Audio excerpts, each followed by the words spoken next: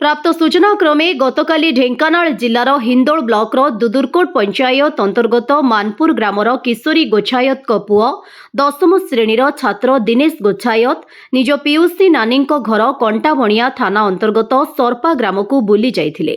तेबे दिन 12टा बेले ग्राम निकटस्थ लिंगरा नदी को 4-5 जन सांगसाथी होई गाधेइबाकू जाइथिले।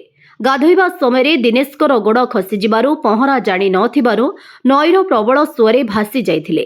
तांको सह जाइथिबा पिलामाने तांको उद्धार करिबा पई साहस जुटाई पारि नथिबा बेले पिलामाने कंटाबणिया थाना और स्थानीय अग्निशम विभाग कर्मचारी ओड्राफ टीम को सूचना देबा परे समस्ते दिनेशको शवकू नदी जलरू खोजी बाहर करिबा पई प्रयास करिथिले सुद्धा खबर प्राप्त अनुसार ए जाबत दिनेशकर शव उद्धार होई पारि नाही।